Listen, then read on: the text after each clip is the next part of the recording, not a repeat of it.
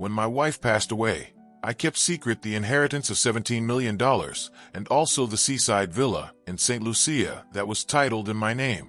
Returning from the funeral, my daughter-in-law tossed my bags into the garage. "Now you're going to share the dog's bed." I simply nodded. Then I decided to do something that made me glad you're here. Follow my story to the end and tell me from which city you're watching. That way I can see how far my story has traveled. My name is Lawrence, and I'm 68 years old. I never thought the most painful day of my life would also become the day I discovered who my family really was. It was a rainy Tuesday in October when we buried Renee. 42 years of marriage faded under that cold drizzle that seemed to mock my grief. Throughout the ceremony, I kept the composure Renee would have expected from me.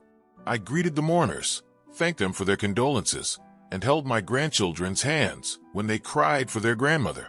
Alicia, my daughter-in-law, stayed by my side during the funeral, but not for support.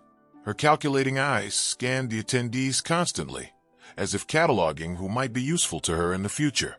When the pastor mentioned Renee's generosity toward her family, I saw Alicia clench her jaw.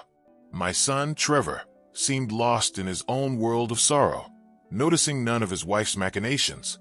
The ride back to the house was silent. I sat in the back seat of Trevor's Mercedes, watching the streets of Atlanta slide by, streets that had been my home for decades. Alicia drove with cold efficiency, her manicured nails tapping the steering wheel now and then. From time to time, she traded meaningful glances with Trevor in the rearview mirror.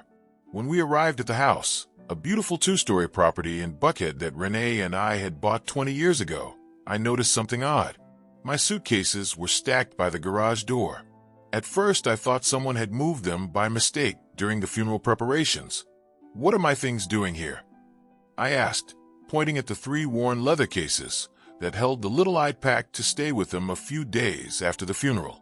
Alicia stopped short, turning to me with a smile that never reached her eyes.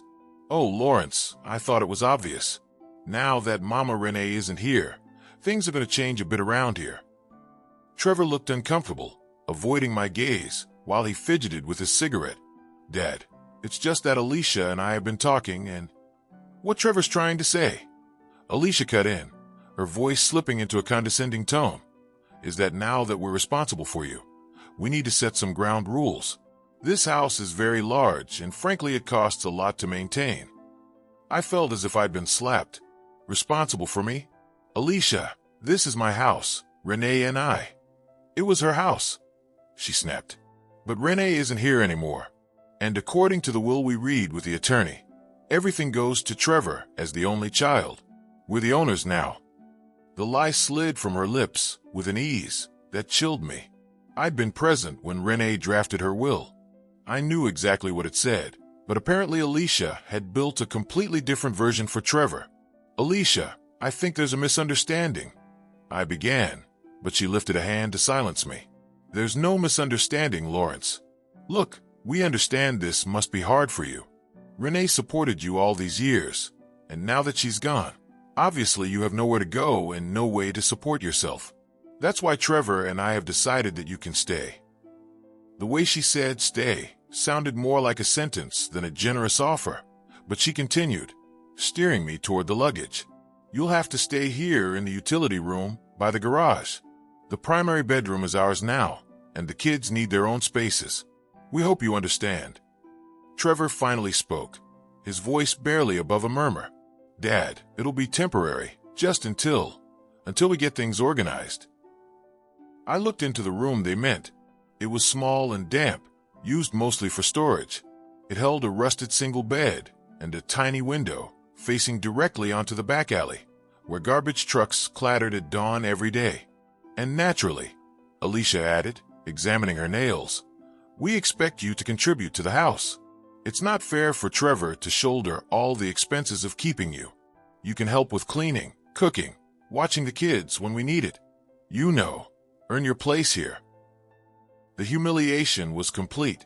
In a single afternoon, I had gone from master of the house to being treated like an unpaid domestic. My own grandchildren, Ella at 12 and Malik at 10, looked at me with a mix of confusion and pity that broke my heart. That night, As I unpacked my belongings in that dreary room, I sat on the edge of the bed and, for the first time since Renee's death, I cried. Not only for her, but for the realization that the family for whom I had sacrificed so much saw me as a burden. What Alicia and Trevor didn't know was that Renee had been very careful with her finances.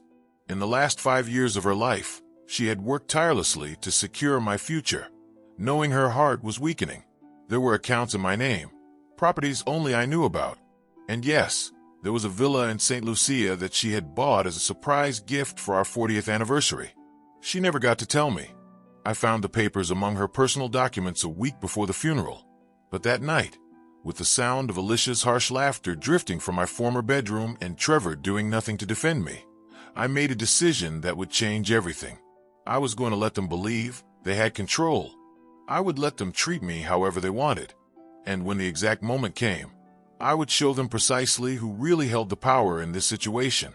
The first 3 months after the funeral were the most humiliating of my life, but also the most revealing. With each passing day, Alicia showed more clearly who she truly was. And I became the silent observer of my own degradation. My routine began at 5:30 a.m. The room by the garage was icy in winter and stifling in summer, with no thermostat of its own. I rose before everyone to prepare the family's breakfast. Alicia had made it very clear that if I wanted to earn my place in the house, I had to prove my usefulness. "Lawrence," she'd say every morning as she came downstairs in her expensive silk robe, "make sure the coffee's ready by 7 on the dot. And Trevor wants eggs Benedict, not plain. The kids need packed lunches, and I've got that PTA meeting, so iron my blue dress." Never a please. Never a thank you. Just dry orders, as if I were her personal attendant. Trevor had completely changed after his mother's death. Where he had once been a considerate man, who at least acknowledged my efforts, now he avoided my eyes. Whenever I tried to talk to him about the situation, he always had an excuse. "Dad, I'm really busy with work," he'd say, checking his phone while I poured his coffee. Alicia handles these home things better. I trust her judgment. Her judgment was to treat me as if I were invisible. One morning, while I was cleaning the living room, I heard Alicia talking on the phone with her sister, Denise. She stood by the window with a cup of coffee I had brewed, complaining about her burden. "It's so annoying, Dee. The old man's here all the time shuffling around the house like a depressed ghost. Trevor feels guilty, obviously, but I told him we have to be practical. We can't support one more person unless he contributes something." She paused, laughing at something her sister said. "Those senior places? God, do you know how expensive they are? Besides, he cooks decently and keeps the place clean. It's basically free domestic help. I just have to put up with his sad face now and then." I froze behind the door, the cleaning rag clenched in my hand. Free domestic help. That's what I was to her. But what hurt most was seeing how my grandchildren gradually began to treat me differently. Ella, who had always been my shadow, now seemed embarrassed when her friends came over and saw me cleaning. "Grandpa," she whispered one day while I folded laundry in the utility room, "why do you live in a little room now? Mom says it's because you can't afford your own place." How do you explain to a 12-year-old that her mother is lying? How do you tell her the grandfather who used to take her shopping and on vacations is being treated like a servant in his own house? "Things changed when your grandma passed, sweetheart," I answered, trying to keep my voice steady. "But don't worry about me. I'm fine." But I wasn't fine. Each day, Alicia grew more cruel and more brazen. She began inviting her friends over for lunch, always asking me to serve the food and clean up afterward. "Lawrence, bring more champagne for the ladies," she called from the dining room, as if I were hired staff. Her friends looked at me with that blend of pity and superiority I knew too well. One afternoon, Brenda Morrison, one of her club friends, stopped me in the kitchen. "Excuse me, dear," she said with a condescending smile. "Could you bring me a little more ice and perhaps some extra napkins?" When I returned with what she'd asked for, I overheard part of her conversation with Alicia. "It's such a difficult situation, Ollie, but I think you're handling it with a lot of grace. Not every woman would be so generous taking care of her father-in-law like this." Alicia sighed dramatically. It's a sacrifice, Brenda, but Trevor feels it's our Christian duty. Though, frankly, I wonder how much longer we can sustain it. The house is expensive to maintain, and now with an extra person. Have you considered other options? Brenda asked softly. Well, Alicia lowered her voice. There are some very nice senior communities here in Atlanta. Places where he could have people his age, activities. It would actually be better for him. My blood ran cold. Not only did they want to humiliate me, they were planning to get rid of me entirely. That night, as I lay awake on that uncomfortable bed listening to the street noise, I made an important decision. I had been putting off something I knew I had to do. The next day, I would make a call I had been avoiding. Renee had left everything very organized, but there were documents only I could access, accounts that needed my signature, properties that required my attention. I'd been so overwhelmed by grief, and then by the situation at home, that I'd left everything in the hands of the executor. But it was time for Lawrence Coleman to stop being the victim and become who I truly was, a man with resources, dignity, and options. Alicia had made a mistake by underestimating me. She thought she knew the whole story, but the truth was far more complex than her small mind could imagine. The following day, I would begin planning my escape, quietly and carefully, so no one would suspect anything until it was too late to stop me.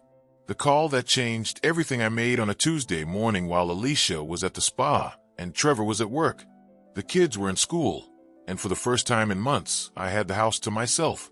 Mr. Coleman, came the surprised voice of Everett Hall, Renee's attorney, when he picked up. I've been expecting your call. It's been 4 months since the funeral, and there are urgent matters requiring your immediate attention. I sat on the edge of that narrow bed, my hands trembling slightly.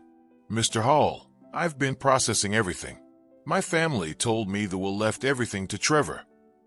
There was a long silence on the other end. Then Everett cleared his throat, uncomfortable. Sir, I think we should speak in person. There's important information you need to hear, and it's not appropriate to discuss it over the phone. Can you come to my office this afternoon? That afternoon, while Alicia believed I was at the grocery store shopping for dinner, I sat across from Everett's mahogany desk in his office in Midtown's financial district. The documents he showed me left me breathless. Renee had not only taken care of me, she had made me a very wealthy man. Your wife was meticulous, Everett explained, sliding file after file toward me. The Buckhead home is fully paid off and placed in a joint trust that includes your name. Trevor has rights of residence while you live, but legal ownership is yours. My eyes filled with tears. Then why did Alicia say? Because Trevor likely misunderstood the preliminary copy he glanced at, Everett said, shaking his head. Renee was specific. She wanted to ensure you were never vulnerable or dependent on anyone. He continued. There were bank accounts in my name totaling several million. There were real estate investments, a diversified portfolio of stocks and bonds. And then came the greatest surprise of all. The St. Lucia property, Everett said, pushing a thick folder toward me. Your wife purchased it 3 years ago as a surprise. It's a seaside villa, turnkey, fully furnished, with maintenance staff in place. She wanted to take you there for your 40th anniversary. The photograph he showed me was a dream. White walls, high ceilings, huge windows opening over turquoise water. It was larger and more beautiful than the Atlanta house. Renee had spent a fortune on it. How much is all this worth? I asked, my voice barely a whisper. Conservatively, between properties, investments, and bank accounts, you're looking at about $17 million, Mr. Coleman. I sat in silence, processing the number. $17 million. While I slept in a utility room and cooked like a servant, I owned $17 million. Why didn't Renee tell me? Everett's smile turned sad. She said she wanted it to be a surprise for when she was gone. She wanted you to have the freedom to do exactly what you wanted with your life, without depending on anyone. I went home that afternoon with my mind spinning. Alicia was in the kitchen with a furrowed brow, sorting through bills. Where were you? She snapped. You were supposed to go to the store. Those bags are empty. I had errands, I lied, drifting toward my little room. Well, I hope you brought something for dinner, because we have guests tonight. Trevor's boss is coming with his wife, and I need everything perfect. That evening, while I served canapes to Alicia's guests and listened to her brag about her house and her lifestyle. A strange calm washed over me. For the first time in months, I didn't feel humiliated. I felt powerful. I took mental notes, every petty instruction, every careless glance, like a man collecting receipts. Over the next 2 weeks, I began to observe Alicia more carefully. Her habits, her routines, her secrets. That's when I discovered something that would change everything. It was a Friday afternoon. Alicia said she was going to yoga, but something about her felt off. The extra perfume, the carefully chosen outfit, the secret smile. On impulse, I decided to follow her. She didn't drive toward the studio. She drove downtown toward the Zephyr Hotel. My heart pounded as I watched her stride through the lobby with confidence. I waited a few minutes, then went in too, keeping to the periphery. She sat at the hotel bar with a man who was definitely not Trevor. He was younger, well-dressed, and the way they touched left no doubt about their relationship. I hid behind a column and observed them for half an hour. I watched him hand her something, documents, it looked like. I watched her read them carefully and nod. I watched them kiss before parting. That night, Alicia came home from yoga, wearing a satisfied smile, recounting her excellent relaxation session to Trevor, as if reciting a script. In the days that followed, I watched for other details. Hushed phone calls. Alicia ended abruptly when someone entered the room. Documents she tucked into a small safe in her closet. Errands that stretched for hours. One afternoon, while I was cleaning their bedroom, I found the confirmation I needed. She had left her laptop open, and on the screen was an email. "My love." It began from someone named Damian Cruz. "The divorce papers are almost ready. We just need to wait a bit longer to be sure about the inheritance. Once we're clear on how much money there really is, we can proceed. Trevor doesn't suspect anything, right?" My blood turned to ice. Alicia wasn't just humiliating me and planning to ship me off to some facility. She was planning to divorce Trevor and take what she believed was his inheritance.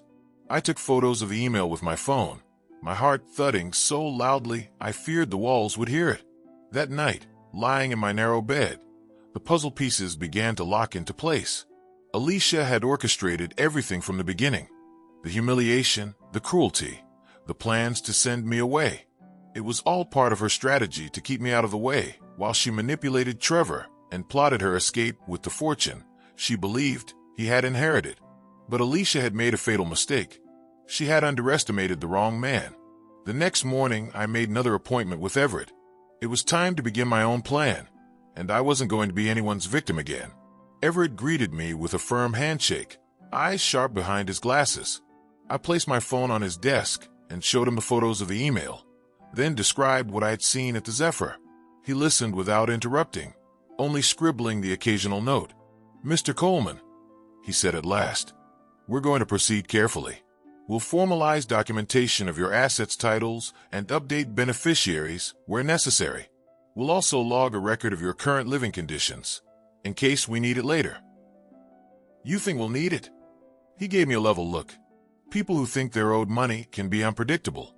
We'll be ready." We drew up a checklist, notarized copies of the trust documents, statements on all accounts, updated passwords and two-factor authentication routed to my phone, a quiet appraisal of the Buckhead home, and a sealed letter Everett would hold in escrow, instructing specific actions if anything happened to me. We also opened a new safe deposit box under my name alone. Into it, I placed a flash drive with scans of every document and the photos of Alicia's email, plus a written account of what I'd witnessed at the Zephyr, dates, times, descriptions. "Last question," I said, standing to leave. "If Alicia tries to challenge me?" Everett folded his hands. "The trust is airtight. The will is clear. And if needed, we can petition for a protective order if she engages in harassment or coercion. But I doubt it will come to that if we play this wisely." I left his office with a steadiness in my step I hadn't felt since Renee's funeral. On the way home, I stopped at a small electronics store and bought a second phone, clean, prepaid, for documents and photos only. I also picked up a portable scanner. Back in the utility room, with the door locked, I digitized everything. Letters Renee had signed, property deeds, old bank statements, even greeting cards that quietly referenced plans for St. Lucia. Each file got a clear name and a timestamp. One copy went to the safe deposit box, one stayed on the new phone, another went into a cloud drive only I could access. That night, Alicia staged another performance, a dinner for Trevor's work friends. I plated salmon, wiped wine drips, and kept the conversation flowing like a well-trained maitre d'. When the door finally shut behind the last guest, I washed the final glass and looked at my reflection in the kitchen window. I didn't see a broken old man. I saw a patient one. Sunday came with its rituals, church for the family, laundry for me, and Alicia's habit of leaving her laptop on the kitchen island while she reviewed budgets. While she took a call in the pantry, I stepped over, opened the email app, and used the built-in search. Cruise. The thread bloomed on screen. Weeks of messages between Alicia and Damien. Phrases jumped out like shards of glass. Assets transfer wait until after probate. Trevor is pliable. The old man is a non-issue. I took precise photos, then closed the laptop to the exact angle she'd left it. In bed that night, I thought of Renee. I imagined her laughing soft to see foam, telling me to keep my hands steady and my heart clean. "We'll do this right," I whispered into the dark. "We'll do this in your way." I slept well for the first time in months, and when Thursday dawned, none of us knew a bomb was about to detonate in the middle of the polite farce we'd been living. Trevor came home early from work, something he never did, and there was a look on his face I had never seen before, a mixture of confusion and fury. I was in the kitchen fixing lunch, like always, when I heard him shouting from Renee's old office, "Alicia, come here right now. Now." She hurried down the stairs. "What is it, honey? Why are you shouting? What is this?" Trevor's voice shook with anger. From the kitchen doorway, I could see Alicia go pale the instant she saw the papers in his hands. "Trevor, I can explain," she began. "Explain what? That you've been lying to me for months? That my father isn't a burden we have to carry, but a wealthy man?" The silence that followed was deafening. I set the knife I was using on the counter, the clink of metal on stone echoing through the house like a bell. Trevor's voice thundered through the hall. "I found these documents in Mom's desk. Did you know my father owns this house? Did you know he has accounts worth more than I can even count? Did you know he has a villa in St. Lucia?" Alicia froze where she stood, her perfect composure crumbling. "Trevor, sweetheart, obviously there are things we misunderstood when—" "No," Trevor shouted, throwing the papers onto the desk. "There are no misunderstandings. It says right here that my father inherited millions, and you made me believe he was a poor old man we had to support." At that moment, I knew the act was over. Slowly, I walked into the living room, drying my hands on a kitchen towel. Trevor looked at me with a mixture of pain and shame that tore at my chest. "Dad, is it true? You have money? All this time you've had money?" Before I could answer, Alicia cut in, desperate. "Trevor, he deceived us. He made us believe he was helpless when really—" "No," I said, my voice strong for the first time in months. "You deceived him, Alicia. You told me this house was yours. You told me Trevor inherited everything. You put me to sleep in the maid's room." Trevor sank onto the couch, burying his face in his hands. "God, what have we done?" "What you did," I said quietly, though my heart was pounding, "was show me exactly who you are when you think you have power over someone." Alicia, realizing her world was collapsing, lashed out. "You manipulated us. You let us treat you that way knowing you had millions. You're cruel and calculating." The irony in her words might have made me laugh if it weren't so pathetic. Trevor lifted his head, his eyes full of tears. "Dad, why didn't you tell us? Why did you let me, treat you like that?" The question hurt more than all those months of humiliation, because my own son, my only family, had taken part in it. "Because I needed to know," I said finally. "I needed to know how you would treat me when you thought I had nothing. I needed to know if the love you claimed to have was real or only convenient." Alicia turned to Trevor, panic in her voice. "You can't believe him. He's trying to manipulate you. We're your family, your priority." But Trevor wasn't listening anymore. He stood and faced me. "Dad, I don't know what to say. I'm so ashamed. Mom must be turning in her grave. Your mother, I said softly. Knew exactly what she was doing when she wrote that will. She protected me, Trevor. She made sure I'd never have to depend on anyone. Alicia, realizing she'd lost him, played her last card. Trevor, think of everything we've built together. Think of the kids. Are you going to destroy our family over this? That was when I decided to reveal the other truth I'd been keeping. Speaking of destroying families, I said, pulling out my phone, I think there's something else Trevor needs to know. The color drained completely from Alicia's face. Lawrence, don't you dare. I showed the photos I'd taken, the emails, the pictures of her and Damian Cruz at the hotel. Do you want to tell him about your boyfriend, or should I? The silence that followed was absolute. Trevor took the phone with shaking hands, scrolling through the images, his eyes growing wide. When he finally looked up, his face was pure devastation. Damian Cruz, the real estate broker Alicia? You've been. Alicia burst into tears, but they were the tears of a trapped animal, not of remorse. Trevor, I can explain. He was just helping me with some legal matters. Legal matters? Like divorce papers. Trevor's voice broke. The mask finally fell from Alicia's face. Her expression twisted into pure hatred. Yes, divorce papers. Because I'm sick of living a lie. I'm sick of pretending to love you when you're a weak man who lets his mother control him. Trevor stumbled backward as if struck. What? Your precious daddy here has been playing us all. Alicia screamed, her tears gone. He knew the whole time he was rich. He let us humiliate him just to have something to hold over us. He's a manipulator. No, I said calmly.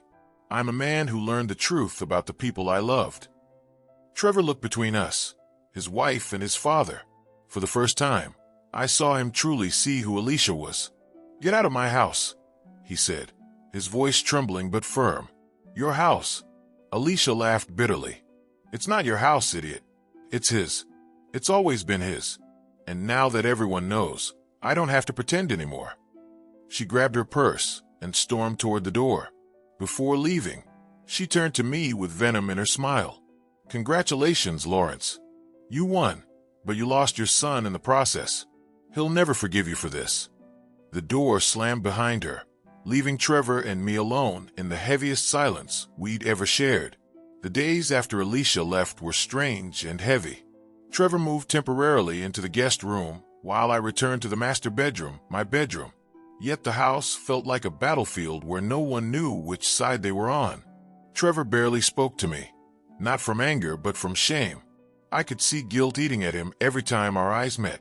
The children, confused by their mother's sudden disappearance, asked questions neither of us knew how to answer. Grandpa, why did Mom leave? Ella asked one night while I helped her with homework. Sometimes adults need time to think about important things, I said, unsure what else to tell her. But is she coming back? The question stabbed deep. Regardless of my feelings toward Alicia, those children loved her. They didn't deserve the fallout of her deceit. It was Malik, with his 10-year-old honesty, who broke my heart. Grandpa, he asked one afternoon, Dad says you're rich now. Does that mean you won't live in the little room anymore? Trevor, standing in the doorway, looked up sharply. Malik, go to your room, please. I need to talk to Grandpa. When we were alone, Trevor finally collapsed onto the couch. Dad, I don't know how to ask forgiveness for this. I don't know how to live with what I did to you. I sat beside him on that same couch where Renee and I had watched him grow up, celebrated his victories, and comforted his failures. Trevor, what you need to understand is that I chose to stay silent. I could have stopped at any time. Then why didn't you? Why did you let us treat you like a servant when you had millions in the bank? The answer was painful, but he deserved it. Because I needed to know if you loved me for who I am or for what I had. I needed to see if you respected the man who raised you or just the money he could offer. Trevor covered his face with his hands. I failed that test, didn't I? You didn't fail, son, I said gently. You learned. There's a difference. In the weeks that followed, we tried to build a new normal. Trevor started seeing a therapist to process not only Alicia's betrayal, but also his own role in my humiliation. The children slowly adjusted to the idea that their parents would not reunite. But Alicia wasn't finished with us. The first sign came when the kids returned from their weekend visit with her. They were quieter than usual. Ella's eyes were swollen from crying, and Malik wouldn't tell me what had happened. It was Trevor who finally explained. "She's telling them you destroyed our family," he said bitterly. "She's saying you could have stopped the divorce if you'd been honest from the start." Alicia's manipulation hadn't ended. She'd simply found a new battleground, our grandchildren. The final confrontation came on a Tuesday afternoon. Alicia appeared at the door without warning, but this time she wasn't alone. With her was Damian Cruz, holding a sleek leather briefcase. Both wore smug expressions, as if walking into a negotiation they were certain they'd win. "Lawrence," Alicia said, smiling sweetly, "we need to talk." Trevor wasn't home, and the kids were at school. It was just me against the two of them, but for the first time in months, I didn't feel afraid. "Come in," I said, stepping aside. "This should be interesting." They sat in my living room as though they still owned it. Damian crossed his legs, opened his briefcase, and took out a folder. "Mr. Coleman," he began smoothly, "we've come to present an offer we hope you'll consider carefully." "An offer?" I repeated. Alicia leaned forward, her eyes gleaming with what she believed was triumph. "Look, Lawrence, I know things didn't end well between us, but we have to think about the children. They need stability. They need both their parents." And Damian continued, "We've drafted a proposal that could benefit everyone. Alicia is willing to reconcile with Trevor and rebuild the family, but we'd need certain guarantees." He slid the document toward me. It was an agreement requiring me to transfer $3 million into a joint account controlled by Trevor and Alicia. In exchange, Alicia would return home and forgive past misunderstandings. The audacity was staggering. "Are you blackmailing me?" I asked evenly. "It's not blackmail," Alicia replied sweetly. "It's an investment in your family's happiness. Think about it, Lawrence. The kids would have both parents, Trevor would be happy, and you'd have your family whole again. Isn't that worth $3 million? And if I don't agree?" Damian and Alicia exchanged a loaded glance. Then, Damian said smoothly, "We'd have to consider other legal options. We could question your mental competence, how you allowed yourself to be treated so poorly while having ample resources. We could suggest you're unfit to manage your finances."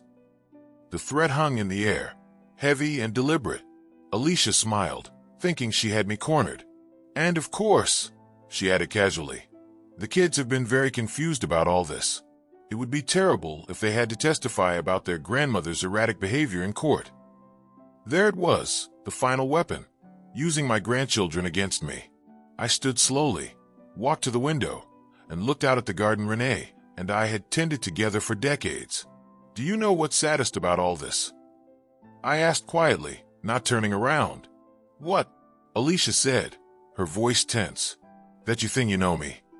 I turned to face them, and whatever they saw in my expression made Damian shift uneasily in his seat. "Alicia," I said evenly, "during all those months you humiliated me, treated me like a servant, plotted to send me to a senior home just so you could steal money that was never yours. Do you know what I was doing?" She frowned, suspicion replacing arrogance. "What?" "I was learning exactly who you are." Then I turned to Damian. "And you, Mr. Cruz, did you think I wouldn't find out about your gambling debts? Over $200,000, isn't it? Did you think I wouldn't learn that this isn't the first time you've tried to scam a widow or an older man with money?" His face drained of color. He tried to maintain composure, but his fingers tightened around the handle of his briefcase. "So here's my offer," I continued, my voice like steel. "You're both going to walk out of my house right now. Alicia will sign the divorce papers without asking for a single cent, and both of you will disappear from our lives forever." Alicia scoffed, trying to recover her bravado. "Or what?" I smiled, a slow, deliberate smile that I imagined would have made Renee proud. "Or I show the authorities every bit of evidence I've collected, emails, photos, and documentation of your fraudulent activities, Alicia. And as for you, Damian, I send copies to your wife." His head jerked up in shock. "Oh yes, I know you're married," I said quietly. "I know about your little suburban home in Decatur, your wife Clara, and your 2 children. I have photos of you with other women, too. Wives, mostly. You have quite the pattern. The silence was absolute. You two played with the wrong man, I said softly. Now get out of my house. Alicia's lips trembled as the reality settled in. Damien stood abruptly, collecting his papers with shaking hands. Without another word, they turned and left. I followed them to the door and closed it firmly behind them. For the first time in nearly a year, the house was truly mine again. 6 months later, I was sitting on the terrace of my villa in St. Lucia, watching the sun sink into the Caribbean. The water was so blue it looked unreal, and the warm breeze carried the scent of jasmine from my garden. Renee had been right. This place was paradise. The transition hadn't been immediate or easy. After that afternoon when Alicia and Damien left with their tails between their legs and their plans in ruins, I faced some of the hardest decisions of my life. Trevor finalized his divorce within 2 months. Alicia didn't fight. She couldn't. Not after the evidence of her infidelity and her fraud became public. The process was clean, swift, and exactly as I had planned. The children were the hardest part. Ella and Malik deserved an explanation they could understand. One that didn't turn their mother into a complete villain, but also didn't hide the truth. Sometimes adults make bad choices when they're scared or confused. I told them one afternoon as we baked cookies in the kitchen. Your mom made some choices that hurt our family, and now she has to live with the consequences. But we can still love her, right? Malik asked with that simple wisdom only children have. Of course you can, I said, pulling him into a hug. Love doesn't disappear because someone makes mistakes, but love also means protecting yourself from people who keep hurting you. Trevor struggled more than the kids. Guilt consumed him. For weeks he begged me to stay in Atlanta. Dad, let me make it up to you. Let me take care of you the way I should have from the start. One evening, after the children had gone to bed, we finally had the conversation we'd both been avoiding. Can you forgive me? He asked, tears in his eyes. Trevor, I said, taking his hand. There's nothing to forgive. You were manipulated by a woman who knew exactly how to control your emotions. What matters now is that you've learned who you really are when faced with difficult choices. But I hurt you. I humiliated you. I treated you like she did. Yes, I said softly. But when you learned the truth, you wanted to make things right. That tells me everything I need to know about the man you are. Even with forgiveness, I knew I had to leave. Atlanta was filled with painful memories, and I needed a new beginning. More importantly, Trevor needed to stand on his own, to make his own choices without the shadow of a strong woman guiding him, whether that woman was his mother or his wife. Why St. Lucia? He asked when I told him my plans. I showed him the photos of the house Renee had bought for us, because your mother wanted me to be free to choose my own adventure. And this is my choice. Trevor smiled for the first time in weeks. Mom was always smarter than the rest of us, wasn't she? We created a plan. Trevor and the kids would visit me during summer vacations and Christmas. I would return to Atlanta for birthdays and special events. We'd have weekly video calls, but mostly, we'd live our own lives. Before I left, there was one final matter to settle. I set up an educational trust for Ella and Malik. When they turned 18, they'd have access to funds for college and to start their adult lives, but with conditions. They'd need to maintain good grades, do community service, and most importantly, write annual letters reflecting on the lessons they'd learned from our family story. For Trevor, I transferred full ownership of the Bucket House to his name, along with enough funds to maintain it and raise the kids comfortably. I didn't want him to feel dependent on me, but I also didn't want him to struggle as a single father. It's too much, Dad, he protested when he saw the documents. It's not too much, I said. It's exactly what your mother would have wanted. The day I left Atlanta, Trevor and the children drove me to the airport. There were no dramatic tears, no painful goodbyes, just peace, the kind none of us had felt in years. I'm going to miss you, Grandpa, Ella said, hugging me tightly. I'll miss you too, sweetheart. But now we have something to look forward to. Your beach vacations. Malik handed me a folded letter. It's so you don't forget us, he said seriously. I opened it once the plane took off. In his childlike handwriting he had written, "Dear Grandpa, thank you for teaching us that strong people are the ones who help others, not the ones who hurt them. We love you." 6 months later, my life had a completely different rhythm. I woke when I wanted to, not because someone else needed breakfast. Every morning I walked along the beach, something I'd never been able to do while serving others endlessly. I began taking painting classes, something I dreamed of doing for decades, but never had time for. My villa was full of light and color, alive in ways I hadn't imagined. Maria and Jose, the couple who maintained the property, had become dear friends. Their grandchildren visited on weekends. I taught them English, while they helped me improve my Spanish. I'd started volunteering at the local hospital, translating for American tourists who needed medical care. It felt good to use my life experience to help others, but on my own terms. Trevor called every Sunday. Our conversations were honest now, free of guilt and pretense. He told me about his new routines, the children's achievements, and even about a woman he'd begun seeing, carefully, slowly. I told him about my art classes, my friends, and the peace I'd found. "Dad," he said one Sunday, his voice lighter than it had been in a long time, "you sound happy." "I am, son," I said. "For the first time in years, I truly am." Alicia tried to contact me once, about 3 months after I moved. The message was predictable, a blend of self-pity and manipulation. She said she'd reflected on her mistakes and wanted to make peace for the sake of the children. I deleted it without replying. Some people don't deserve second chances, especially when they've squandered every first chance they were ever given. Alicia had shown me exactly who she was when she thought she had power. That was all I ever needed to know about her. This morning, as I sipped my coffee on the terrace, I thought about Renee, how carefully she planned my freedom, how she had known I'd need financial strength to defend my dignity. "Thank you, my love," I whispered to the breeze. "You knew exactly what you were doing." At 68, I had learned something that took me a lifetime to understand. True wealth isn't the money in the bank, though it certainly helps. True wealth is the freedom to choose how you live and with whom you share your time. I had both now, and for the first time, no one could take them from me. This afternoon, Ella and Malik were arriving for spring break. We'd build sandcastles, hunt for seashells, and cook together in my kitchen.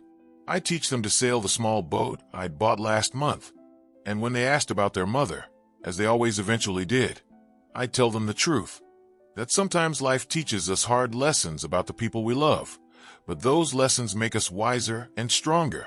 The sun was setting now, painting the sky in oranges and pinks. I had dinner to prepare, a book to read, and a new life to live. Alicia once told me I had won. She was right, but not in the way she thought. I had won my freedom. I had won my dignity. I had won the wisdom of knowing exactly what I was worth. And that, I thought as the waves kissed the shore below my terrace, was truly priceless. The sun dipped lower behind the palm trees, painting the horizon in molten gold. I set my coffee cup down and leaned back in my chair, letting the ocean breeze brush against my face. There was something sacred about the quiet here. No shouting, no footsteps upstairs, no clipped orders from Alicia, just the rhythm of the sea and the memory of a woman who had loved me enough to plan for my freedom long before I even knew I would need it. As the waves rolled in and out, I thought again about how far I'd come. A year ago, I had been sleeping in a damp utility room behind my own house, stripped of dignity by people who claimed to be family. Now I woke every morning to the sound of gulls and the scent of hibiscus. Life has a way of balancing the scales if you wait long enough, and if you learn how to listen. That first winter on the island was one of healing. The villa that Renee had bought was exactly what she would have chosen, elegant but welcoming, with whitewashed walls and wide windows that opened to the sea. I filled it with her photographs, our wedding in New Orleans, our trip to Ghana, the snapshots of Trevor as a boy grinning with missing teeth. Her presence was in every corner, but it was no longer painful. It was comforting, like sunlight through an old curtain. I began painting every morning at sunrise. The locals called me the old artist from Atlanta. My hands, once steady from years of architecture drafting, found a new purpose tracing waves and silhouettes of palms. Maria, my housekeeper, would laugh softly when she saw the mess of paints on the terrace. "Senor Lawrence," she'd say, "your wife would be proud. You paint with your heart." Some afternoons I walked to the village square, where fishermen gathered to repair nets and talk politics. They'd share coffee thick as syrup and stories about the sea. I found a kind of brotherhood there, men my age who had lost and loved, who had learned to measure their worth not by money or pride, but by peace. Trevor and the kids came that first summer, just as we'd planned.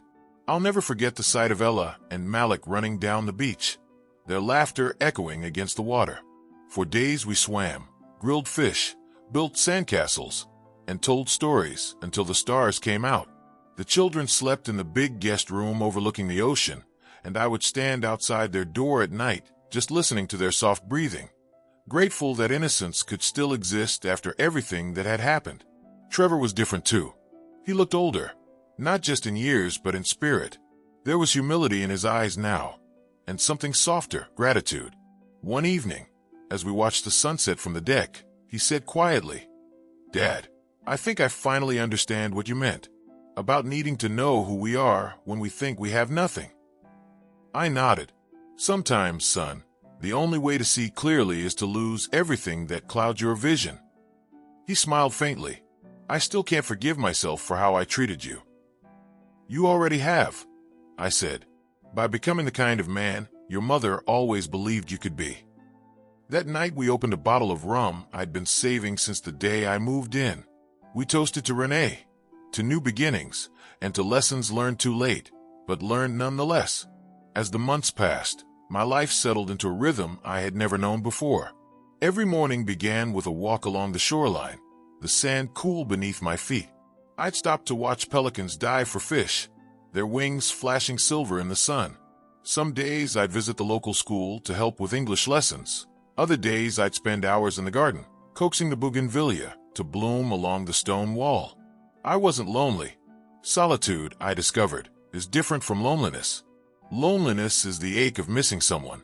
Solitude is the peace of finding yourself. Occasionally, letters would arrive from Trevor, updates about the children, about his work, about the new woman he'd begun seeing. Her name was Danielle, a nurse he'd met through the kids' school. From the way he wrote about her, I could tell she was gentle and steady, the opposite of Alicia in every way. One Sunday, during our usual video call, he told me he'd proposed. "She said yes, Dad," he said, beaming. "I wanted you to be the first to know." I felt a lump rise in my throat. "Your mother would have liked her, I think." "I know she would have," Trevor said softly. "We're planning a small ceremony. No drama this time, just family." Family. The word meant something different now. It wasn't defined by blood or obligation, but by honesty and respect. A few weeks later, I received another message, this one unexpected. Alicia. The name alone still stirred something cold in my stomach. Her email was long, written in a tone that tried to sound remorseful. She said she'd moved to Florida, that she was in therapy, that she wanted to make amends. She wrote about missing the children, about wanting to rebuild bridges for their sake. I read it twice, then a third time, and felt nothing but a calm, distant pity. I didn't reply. There are some bridges that can't be rebuilt, not because of hatred, but because the river beneath them has already carried everything away. That night, I deleted the message, closed my laptop, and walked out to the terrace. The moon was full, casting a ribbon of silver across the sea. I thought of all the nights I'd spent in that dark little room back in Atlanta, praying for a way out. And here I was, free. Not just from Alicia, but from bitterness. Renee had once told me, "Money doesn't change people, Lawrence. It just shows you who they already are." She'd been right about everything, as usual. Alicia's greed had revealed her character, but so had my silence. I had learned patience, not weakness, but the strength of waiting until the truth reveals itself. By the end of that year, I had completed my first art exhibition. It wasn't grand, just a small gallery in Castries, filled with my seascapes and portraits of locals. The opening night was warm and bright, the air filled with laughter and island music. Maria brought flowers. The fishermen came in their best shirts. When Trevor and the kids arrived, their eyes lit up. "Grandpa, you're famous," Malik exclaimed. I laughed. "Just old, that's all." Ella pointed to a painting near the entrance. It was of Renee standing by the shore, her white dress billowing in the wind. "She looks happy," she whispered. "She is," I said quietly. "She always loved the sea." As the crowd mingled, Trevor put his arm around my shoulder. "You did it, Dad. You built a whole new life." "No," I said, watching the children run between the paintings. "I just remember who I was before the world told me who to be." The following morning, as we all shared breakfast on the terrace, the kids begged to stay longer. Trevor smiled. "You see, Dad, you've created a little paradise here." "I just followed your mother's blueprint," I replied with a wink. "She always did have good taste." We spent that day sailing along the coast. The water shimmered like glass, and the laughter of my grandchildren carried across the waves. In that moment, I realized that every humiliation, every cruel word, every lonely night had led me here, to this peace, to this freedom, to this second chance. When evening came, I stood alone at the edge of the dock. The sun was melting into the horizon, painting the sea crimson and gold. "We did it, Renee," I whispered. "We made it to the other side." The wind stirred gently, carrying the scent of salt and flowers. Now, at 69, I know something I wish I'd known all along. Dignity isn't given, it's claimed. Love isn't proven by words, but by the quiet choices you make when no one is watching. And freedom, true freedom, isn't about distance or money. It's about peace in your own heart. Tomorrow, Ella and Malik will go home, and I'll walk them to the airport. They'll hug me tight, promise to write, and run toward their gate waving until they disappear into the crowd. I'll return to my villa, make myself a cup of coffee, and sit on the terrace as the tide rolls in. Maybe I'll start a new painting, something simple, a horizon, a light on the water, the beginning of another day. Because every ending, I've learned, is just the start of a quieter, truer kind of life. And as the Caribbean breeze wraps around me, I'll whisper once more to the woman who made it all possible. "Thank you, Renee. You gave me more than wealth. You gave me back myself."